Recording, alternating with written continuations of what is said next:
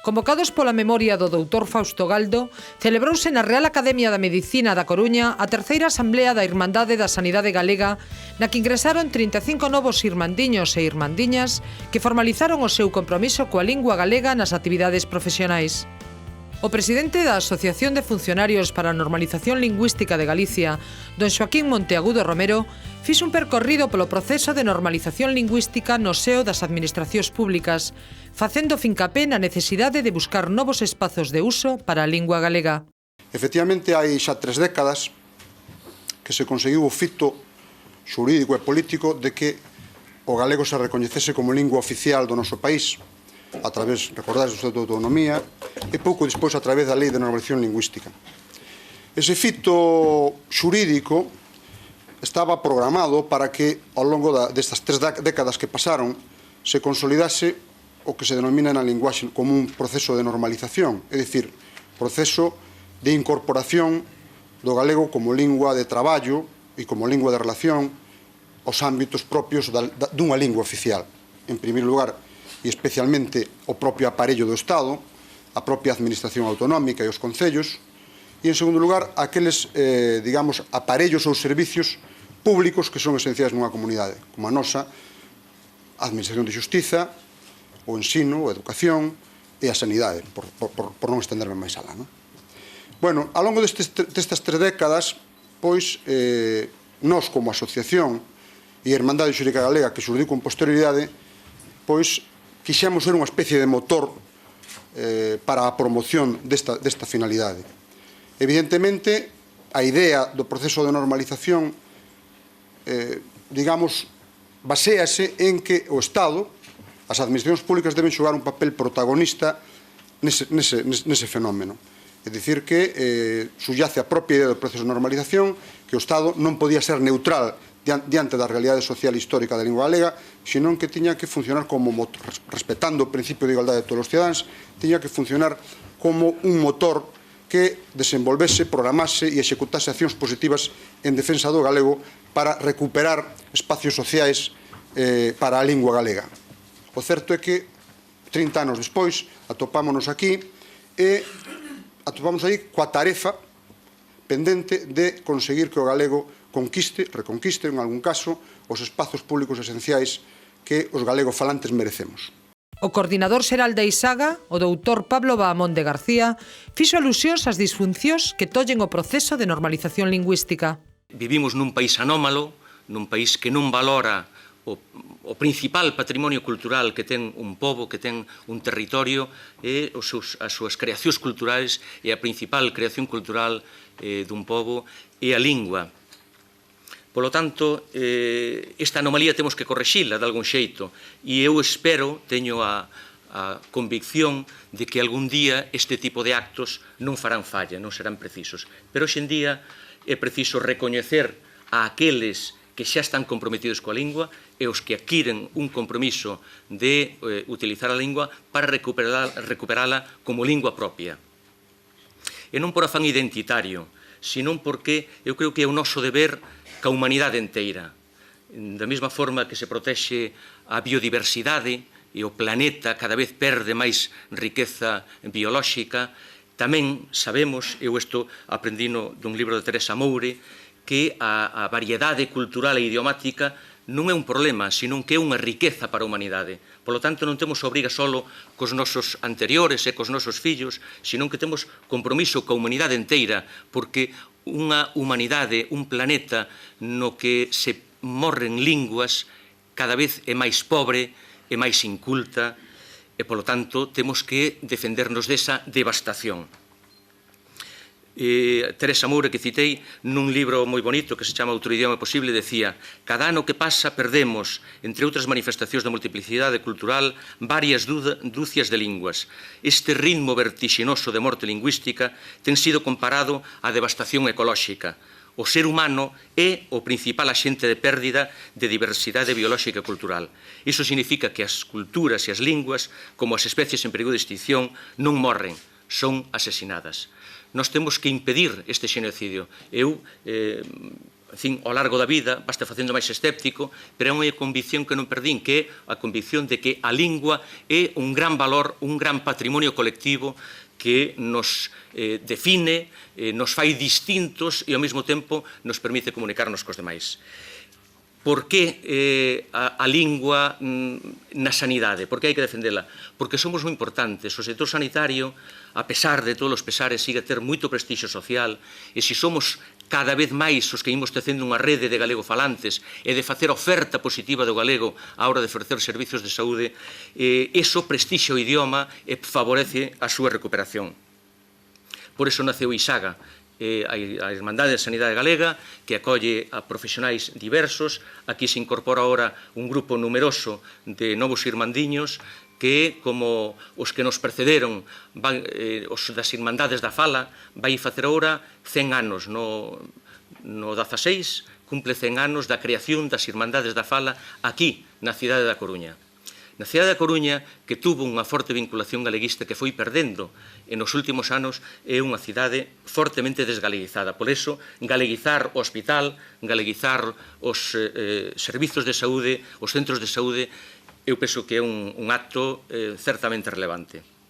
Dona Josefina Quintán Santelo leo a acta de nomeamento dos novos irmandiños e irmandiñas que, cumprindo co protocolo establecido, foron asinando a acta e recollendo cada seu diploma acreditativo. Cando eran as 19 horas do día 10 de setembro de 2003, reuniuse no Pazo de Lestrobe a coordinadora da Irmandade Sanitaria Galega para organizar a terceira Asamblea Anual. O acordo é o seguinte: primeiro, celebrar o día 30 de novembro a Asamblea na cidade da Coruña, itinerando por toda a xeografía galega as convocatorias anuais. Segundo, homenaxear o doutor Fausto Galdo como recoñecemento aos seus moitos méritos de excelente profesional da medicina humanística galeguista. Continuador, polo tanto, dunha tradición que en Galicia tuvo sobranceiros representantes. Terceiro, acórdase a SEMADE tomar a consideración as propostas que os coordinadores provinciais presentar e incorporar novos irmandiños na terceira Asamblea. Cando eran as 18:30 horas, darase por finalizada a xuntanza, do que dá fe como secretario Xosé González Martínez. Gracias. Comprométome a utilizar e defender o uso da lingua galega na miña actividade profesional, consonte cos obxectivos fundacionais da Irmandade da Sanidade Galega, ISAGA, no marco da Constitución Española e do Estatuto da Autonomía de Galicia e con pleno respeto aos dereitos dos cidadáns.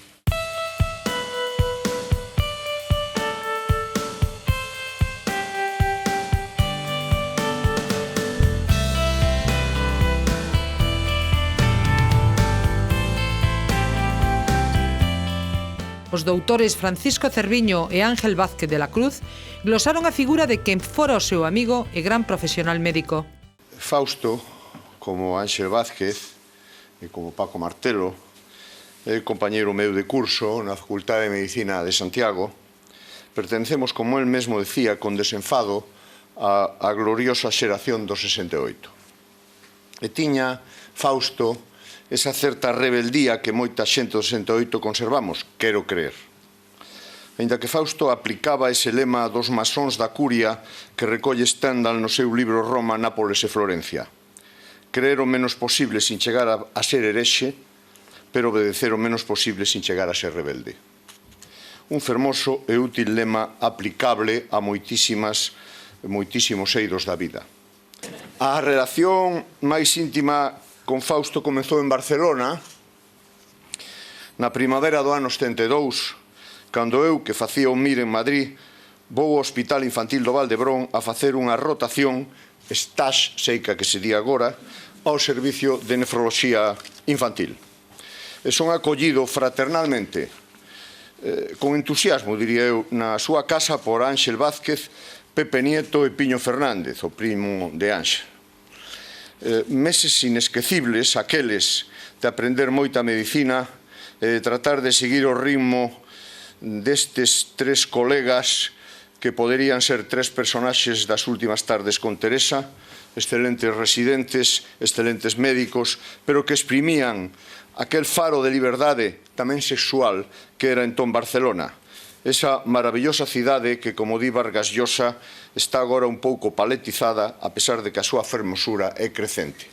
Moitos galegos que en Galicia nunca falaban galego ou o facían na intimidade familiar, ao chegar a Cataluña e observar que os cataláns falaban a súa lingua con naturalidade e orgullo, púñanse a falar galego. Non quero dicir con isto que Fausto non falara galego antes de ir a Barcelona. Seguro que sí, aínda que entón non era habitual na universidade falar galego. Ainda lembro, no ano 68, precisamente, onde se romperon tantas cousas, a Pedro Mariño, na asamblea de delegados, que éramos aproximadamente 300, onde estaba supostamente a xente máis comprometida na loita contra a ditadura e na loita por as liberdades, falar galego e recibir un pateo. E logo coincidimos aquí, na Coruña, nese espléndido hospital que fixemos entre todos.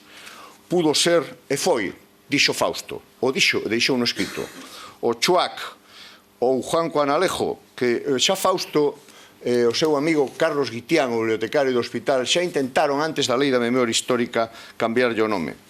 Debo recoñecer que cando eu fun xerente 8 anos, pensei en cambiálo, pero nunca o intentei en serio. E coñecín ao excelente médico que era Fausto.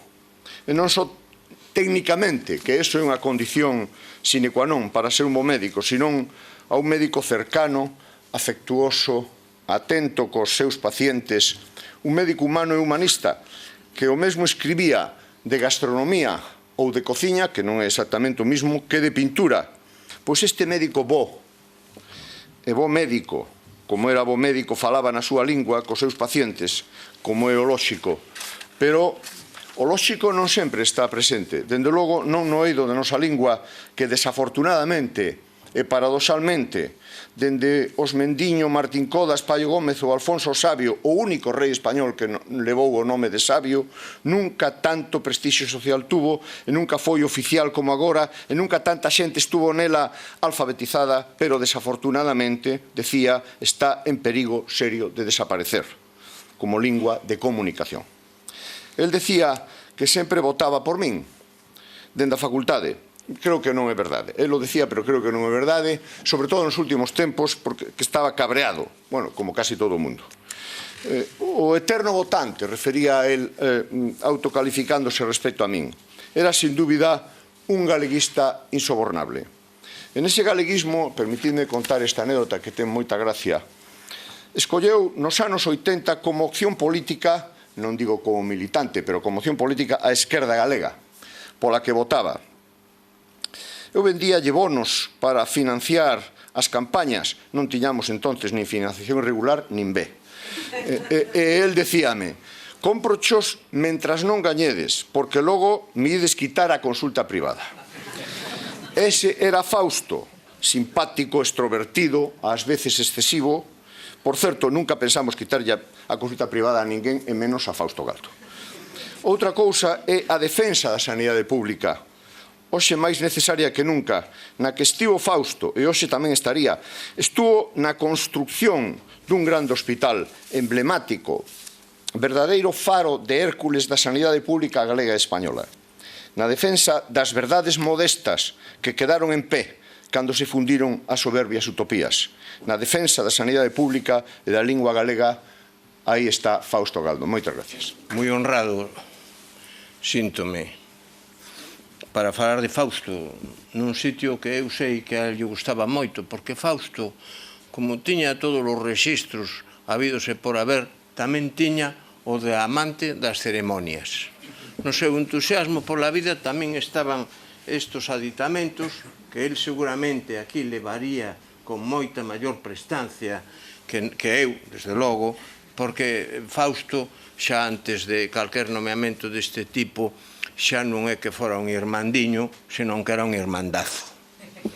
Un irmandazo por tamaño e por vida. Eu creo que hai pouca xente ao longo da vida que te inflúa dunha maneira, digamos, impactante, que te deixe colocado, que haxa unha persoa que é un referente para ti en determinados momentos que se vai a ir aparecendo, que vai estar nunha intermitencia constante na existencia. Fausto era como esas persoas que son amigos de infancia, e el Eu criárame en Tui e el en Viveiro, máis distantes imposible. Incluso na carreira que antes aludía tan agudamente Tuco, tampouco nos chegamos a coñecer moito, pero despois compartimos unha infancia terceira para nós, que era abrir os ollos que nos deran a luz no escenario do Valle Hebrón de Barcelona.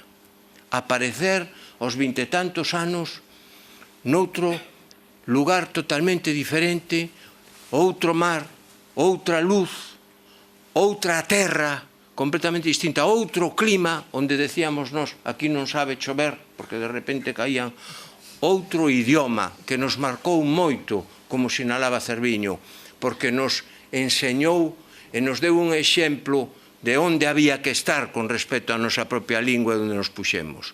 Ali, nun lugar que tiña tamén algo de fronteira, de lugar inacabado ou sin empezar, porque a cidade se desenfiañaba e despois quedaba un barrio remoto onde estábamos cara a Barcelona, vendo toda esa planicie maravillosa de Barcelona, rectilínea, cunha especie de trazado a cordel dos edificios, con aquel mar tan nidio, tan azul, tan diferente do noso ao fondo. E despois os edificios sin acabar, as calles sin asfaltar, unha riera que era unha cousa misteriosa, que parecía unha barranca que de repente se enchía e tiña unha especie de vocación de tsunami, e arrastraba todo con 4 gotas que salían, e despois con un bar, o Bernardo, un bar de xente de Lugo, que tiña un barman maravilloso, un personaxe de outro mundo, que falaba con todos os acentos posibles, con geada, sin geada,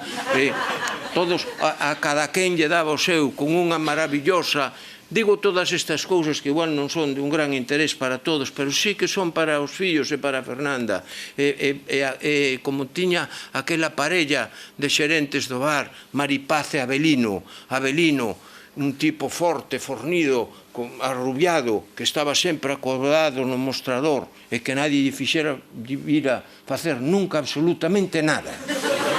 Entón, estaba Avelino así e Maripaz iba participando en todas aquelas conversacións e salía e iban chegando os obreiros que de por ali, albañiles, casi todos, moitos levantinos, e Maripaz facía arroz a la gallega. Sempre ao principio con un criterio pesimista sobre cantos comensales iba a facer e puña pouco arroz, pero despois iba engadindo presas de arroz según iban chegando os obreiros. Entón o arroz tiña múltiples texturas, múltiples puntos. E decía Maripaz aos valencianos, sobre todo os obreiros levantinos, que este arroz, dice, es arroz a la gallega. Entón os tipos calaban, non sabíamos se por a cousa da importancia que se lle daba en sí o plato regional, sempre moi prestixioso, como pola mirada túzara do Avelino, que era o único que facía. Bueno, pois el, Fausto, chegou a aquel lugar inhóspito e hasta certo punto fronteirizo en moitas peores condiciones que nós. Porque nós íbamos de residentes con un certo salario e el iba de residente pero sin salario, un médico ao clínico, que ademais estaba ao outro lado da cidade. El tiña que ganar o sustento, manterse el, pagar pola enseñanza que recibía, ir entusiásticamente alá e ademais encontrar, como solo era el capaz de atopar, múltiples chollos tanto para el como para todos nós. Naqueles anos onde ali, el, en medio de todas as dificultades, ademais, deuse o luxo, porque ele era así grandioso, de formar unha familia. E casou, foi Fernanda para lá, integrouse no barrio como corresponde a ela, que tamén é unha persoa así, unha entusiasta da vida. Naceu Tomás, que foi meu irmán de papillas, porque houve unha época que tuve unha úlcera e me daban as papillas de Tomás.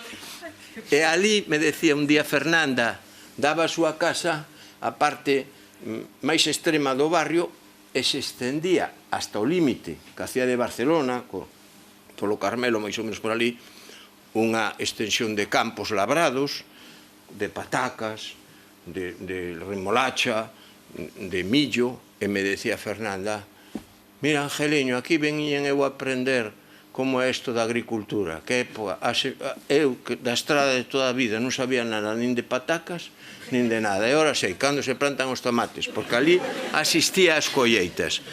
Bueno, ali a casa de Fausto de Fernanda foi a casa dos galegos do Valle Brún, xunto co bar de Bernardo. Ali nos xuntábamos, ali quedou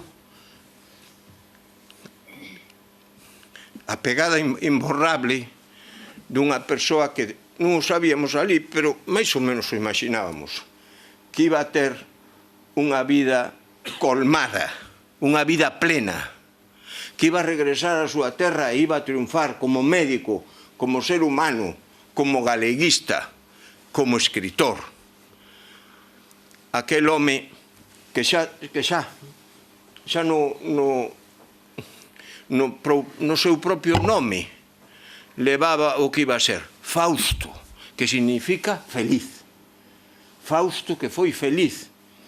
Fausto de quen é moi especialmente aplicable a famosa e tan citada frase dun personaxe de Hemingway, que decía: coñeceu a angustia e o dolor, pero ninguén o veu triste unha mañán. Ese era Fausto. Fasildo Galdo agradeceu emocionado as louvas e o acto en homenaxe do seu pai. En primeiro lugar, dar as gracias, moitísimas gracias. Eu, para os que non me coñezan, son Fasildo, o do medio dos de Fausto e Fernanda, polo que se ve o voceiro familiar. En primeiro lugar, quero darlle a noraboa a todos os irmandiños e darlle as gracias á Irmandade pola fermosa homenaxe e pola elección dos oradores. Moitas gracias, Tuco, por esta sentida lembranza. E moitísimas gracias, Angelito, polo agarimo amosado e polo maravilloso de lembrar o noso pai cun sorriso nos beizos. Cando Pablo Bamonde chamou a mamá para contarlle que a Irmandade da Sanidade Galega ia homenaxear o noso pai na súa asamblea, busquei un pouco por internet algunha información acerca da mesma e atopeime cos seus principios fundacionais, que dou por feito que, aínda que os ia ler, coñecedes todos, e só podo decir que estou... que os que coñeceron o meu pai poden estar de acordo comigo no acertado da elección do homenaxeado. Vou aproveitar para escribir unhas verbas que escribín sobre o meu pai. Coido que como fillo se me pode permitir decir que o meu pai foi unha persoa maravillosa. Unha persoa da que aprender moito, cheo de enerxía e paixón por todo aquilo que amaba. Acadou moitas cousas, como se dixo. Profesionalmente chegou a ser xefe de servicio na súa especialidade, presidente da Sociedade Galega de Reumatoloxía e membro desta academia que hoxe nos acolle. Dentro das súas paixóns, nas que máis se espallou foron a gastronomía galega, na que conseguiu ser un referente escribindo semanalmente na prensa, formando parte de diversas asociacións e poñendo como colofón o abecedario das mantenzas, libro publicado hai un ano no que se atopa reflectida toda a súa esencia e o seu amor pola terra, e a outra das súas pasións foi Viveiro, a terra na que se criou, da que escribiu centas de páxinas ensalzando os seus pintores, como ben dixo Tuco, os seus lugares, toda a súa cultura e, por suposto, a súa xente.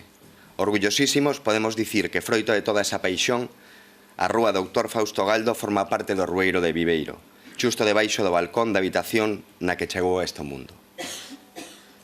E acadou todo isto por paixón, porque perseguiu sempre o que quixo, loitou por todo o que creía e non calou nunca todo canto pola súa cabeza pasou. Ogallá tivésemos todos esa paixón pola vida, esa forza para loitar polo que desexamos. A nosa educación, como non podía ser de outra maneira, percorreu ao redor dunha mesa. As conversas familiares na mesa do salón da casa, na mesa da bodega de San Ciprián ou nalgún comedoiro portugués son o ADN da nosa familia. Aprendimos a amar a terra utilizando como canal a gastronomía, que non deixa de ser unha das mirandes expresións culturais dun país. O xeito de preparar un alimento ou o xeito de conservalo varía enormemente dun lugar a outro e forma parte da idiosincrasia dun pobo. Por iso el tamén utilizou a cociña como elemento de unión cos seus doentes. Ese humanismo, esa cercanía, non só polo feito de falar na súa mesma lingua, senón tamén por ser capaz de falarlles daquilo que tiñan en común, conseguindo dese xeito unha relación directa médico-doente como proclama esta Irmandade. Ensinounos a amar o noso dende pequenos, sen deixar de admirar as peculiaridades dos outros. Enseñounos a disfrutar da vida sen deixar de soñar por acadar novas metas. Esa maravillosa paixón converteunos no que somos. E esperamos ser dignos herdeiros dilo. O membro correspondente da Academia Galega loitou sempre por non perder a súa identidade. Impulsou o Grupo de Apoio da Lingua Galega no Hospital e organizou ano tras ano as xornadas do Día das Letras Galegas contra vento e marea e tamén con algunha que outra pelexa por non perder esa tradición a pesares de algún xestor reticente. Dende que teño memoria, unha bandeira galega simbolicou unha súa consulta ao Amer pola Terra, que amosou perante de cantos por ali pasaron. A súa galeguidade reflectiuse en todo canto escribiu e predicou. Sempre lle gustou de predicar. Hai poucos días unha doente parou a mamá na rúa e díxolle que quería dicirlle canto bo fixera doutor por tanta xente. Aínda que esteamos moi tristes, é moi fermoso escoitar falar así do PDU. Escoitar todo o que hoxe xe dixo e todo o agarimo que seguimos percibindo.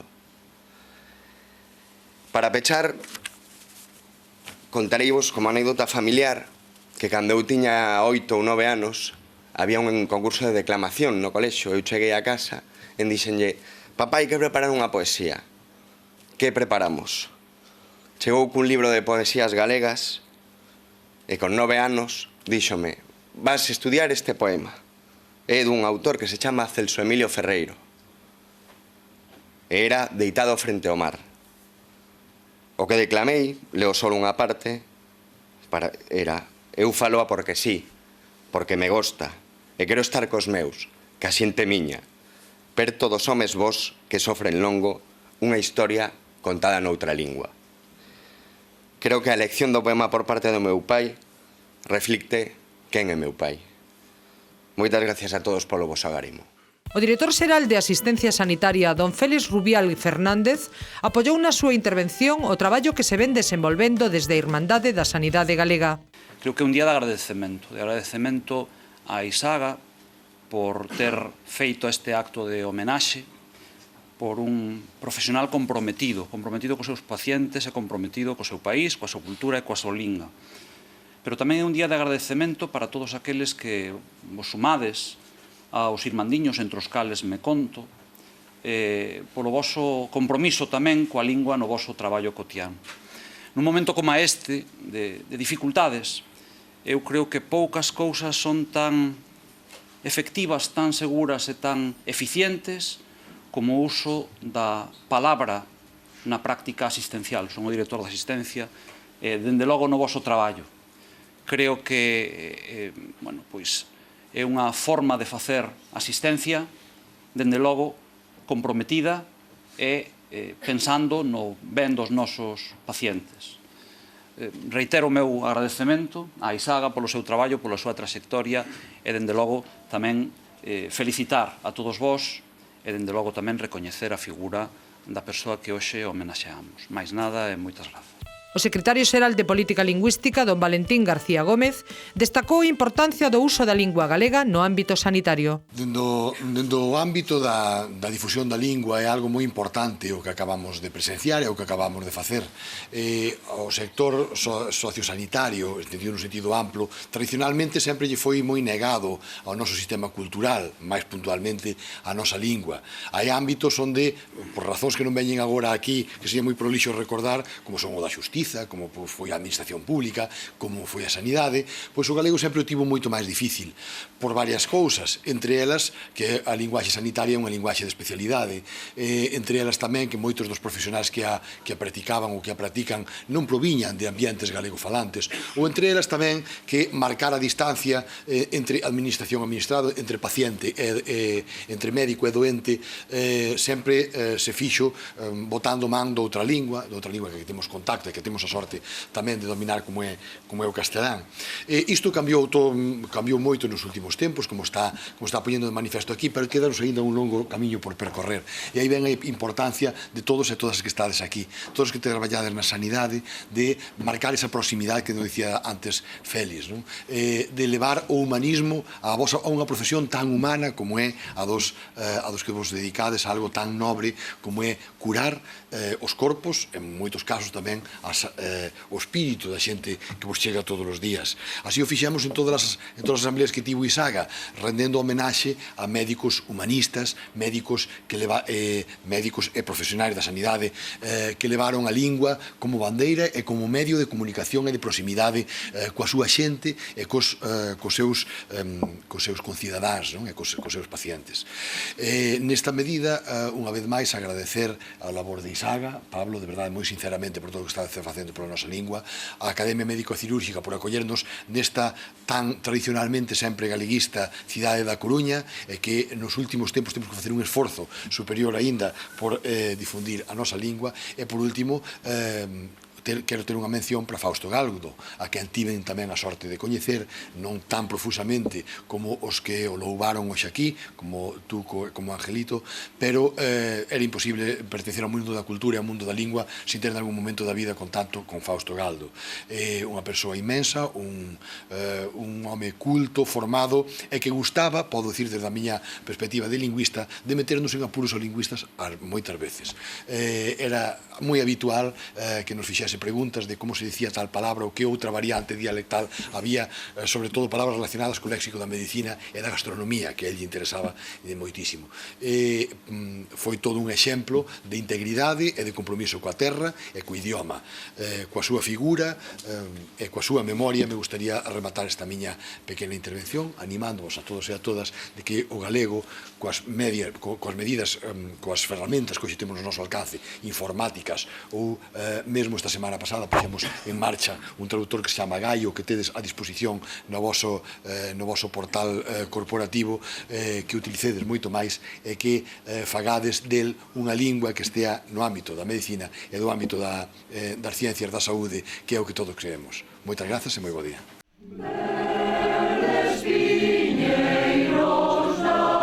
A nota musical do acto púxoa a Coral do Chuac.